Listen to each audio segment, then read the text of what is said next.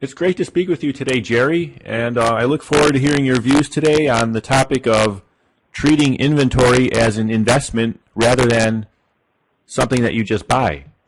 Can you start by providing a brief background of yourself?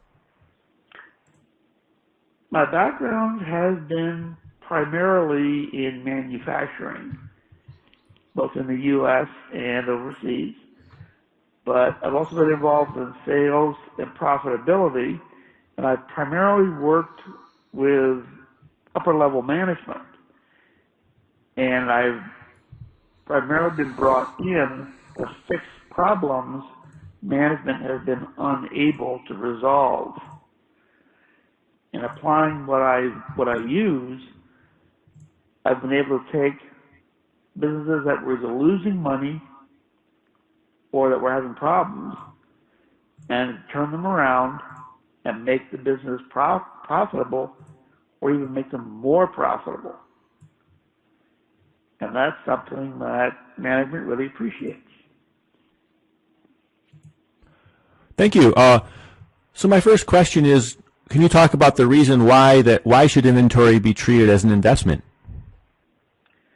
Well, generally management runs the business as an investment of their own. Let's say that they want to get money out. In order to get money out, you have to basically create a profit. And how do you create a profit? Well, profit is defined as the difference between revenues and costs. Therefore, if you minimize your cost, in this case we're talking the cost of inventory, then given the same revenue, you have a greater profit when you have a lower cost in your invested inventory. Therefore, management should be looking at inventory not as just a drain on the company, but rather as a way to be able to meet both current and future demand, such that when they have the proper inventory mix and the proper volumes, what happens is they have the lowest cost of inventory at the moment.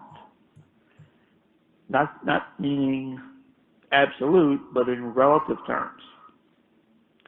So what happens is when they make sales over time, they're not repeating themselves over and over again and rebuying the same items very frequently, but are buying it at such a point that the lowest cost is where they're buying it. And that's what's important to the business. Generally, the way I look at it is it's kind of an economic order quantity type of thing, but that only works for smaller volumes, i.e. 10, 20, 50, where it makes a difference. When you start getting involved into higher volumes, the marginal costs are so tiny and the volumes involved are so large that an economic order quantity is impractical or even unfeasible. Therefore, there needs to be some kind of a control switch on what I call the volume that is being bought. And as demand changes, you're able to change your supply in accordance. That will help control expenditure for inventory. That will also increase profitability of the business in a reasonable time period. Can you? Keep going. Yes? Can you also talk about how this can be done? Okay. Well, pretty much there are two types of inventory. One type of inventory is a purchased item, i.e., like nuts, bolts, screws, washers, this kind of an item, where you can just walk out and buy it from anybody in a reasonable quantity. It's already made in volume. You don't have to worry about, is this item going to meet my specifications or not? It's a general part, you just bring it in.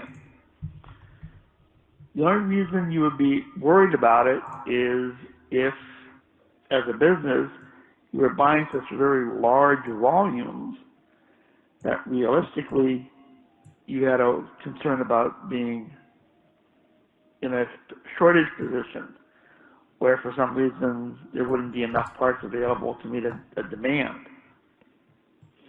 In that case, you're looking at having, an outside contractor basically supplying your needs. But again, you're not talking about having things custom made for you. You're just buying a stock standard item, and all you're doing is having somebody else put it on your shelf for you if you're not doing it yourself. The other type of inventory is proprietary inventory, i.e. items that are not generally available in the marketplace, i.e. they're your own proprietary, bespoke, or custom-made item. Generally, people recognize this as motherboards, cars, airplanes, these kinds of things all have custom items in them that simply are unique to that particular product. And this is throughout industry, and this is where the company has the best ability to control their inventory.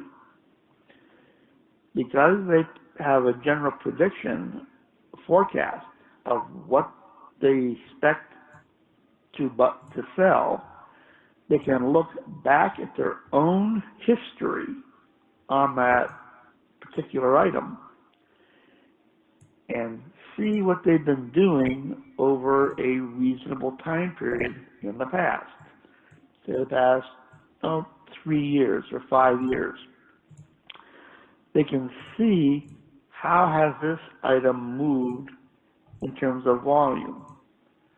Has it been spiking high, spiking low? Is it wildly variable, or is it fairly constant over time? Given this, the company can then examine the various options available to it to meet expected demand, but also recognize where does the company get the actual lowest cost. At that point, the company is then able to determine where they should be buying, from whom, and in what kinds of volumes. Then they can move ahead and then start planning production for the business. And because they have controls on the contracts with their suppliers, as things move up or down, as the economy changes, they are able to adjust what they receive based upon actual results. And you can't do that very well if you're not in good control of your inventory system and your suppliers. And is there any more you could say about where you've seen some success? Well, I've used this concept in several different businesses. I did it with heavy industrial manufacturing in the United States, built machine tools, and the company didn't have really an idea what was going on. So I took this concept and I applied it based upon what was going on with the business in general. And overall, I was able to reduce the actual cash investment in inventory by approximately 30%, possibly even more. But more importantly, the cash that was invested in inventory was invested in the products that had a reasonable turnover. So we were able to keep turning the money over and making profit on the invested cash and pulling out some of that profit, whereas the actual cost of the inventory was able to be turned over and over and over again. I applied the same concept in a nanotech manufacturing facility. They built machinery that was used in manufacturing. Actually, it was used in semiconductor manufacturing. And the machine needed to function properly. But the company was essentially sold out for 6 months. And by changing the way I purchased the inventory for that time period, I reduced the cost of virtually all the parts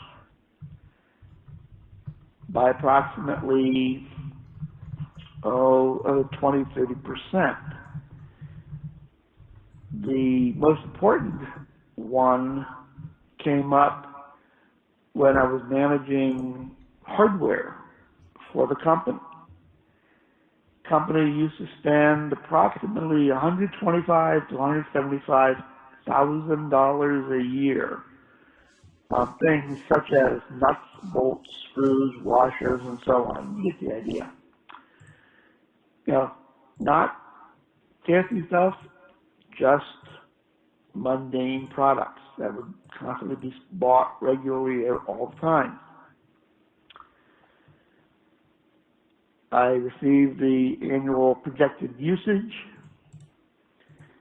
and I then went to the supplier and I said, here's our expected usage for the next 1, 2, 3, 4 years. And they came back with a bid of being able to meet not only the first, they delivered the entire first year's inventory needs for hardware for under $50,000. So that resulted in what? A 2/3 reduction or more, depending on how you wanted to look at it. So that's a real world example of what can be realized when properly applying the analysis of what you need, how you get it, where you get it. And some of those in that 50,000 were some items that actually did go out 2, 3, and 4 years because they were only used, 50 a year. But if you got 200 of them, hey, that's 4 years supply. And it worked. I mean, after that, they didn't have anything for me to do. They had to let me go. What more can you say? Well, this is a fascinating topic, and it's great to hear your real world experience on the topic. Did we cover all the points you wanted to make? Pretty much, yeah. A good manager is going to look at the past in order to look at the future. And this is the important point, because you got to be able to sell management on the concept of investing in the business, investing in inventory in order to get the lowest point, the lowest cost point. Not necessarily the absolutely lowest, but the one that makes the most sense in terms of what your expected demand is. You know, you're not going to buy gold today because the prices are just wild and they change so dramatically, so very quickly. Similar to computer memory. Now, again, you're not going to buy it unless you're actually going to use it, in which case, no problem. You can sign a contract for it. But if it goes down in price, you better have something in the contract that allows you to bring the price down so you're not overpaying for something you're not going to actually be able to use. Or that you are not actually paying too much for something that you really don't want to pay that much to get. And thank you again for sharing. Okay, you're welcome. I think I got most of what I wanted to get in there. And it's not a hard concept. That again, the company needs to look at it, and you need to be a good manager to understand it. It does require time and money to be spent by management. But what it does do is it maximizes the short and long-term profitability of the business. And that's what makes the company survive. Thank you.